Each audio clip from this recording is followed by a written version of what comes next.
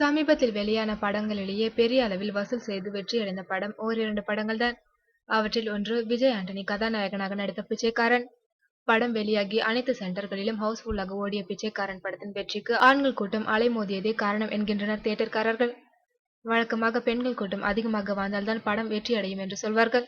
அதற்கு மாறாக முதல் முறையாக ஆண்களின் கூட்டத்தினால் வெற்றியடைந்த படம் பிச்சைக்காரன் படம்தான் என்று சொல்லப்படுகிறது.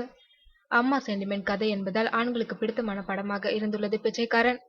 இந்த படம் பற்றி இன்னொரு தகவல். பிச்சைக்காரன் படத்தை தெலுங்கில் மட்டும் டப் செய்து வெளியிட்டார் விஜய் ஆண்டனி. பிச்சைக்காரன் படம் வெற்றியடைந்த சில வாரங்களில் மலையாளம், கன்னடம், ஹிந்தி, ஒரியா, போஜ்பூரி, பெங்காலி என அனைத்து மொழிகளின் ரீமேக் ரைட்ஸும் நல்ல விலைக்கு விற்கப்பட்டுள்ளது. சமீப ஆண்டுகளில் இத்தனை மொழிகளில் ரீமேக் ரைட்ஸ் விலை போன படம் பிச்சைக்காரன் தான் என்கின்றனர்.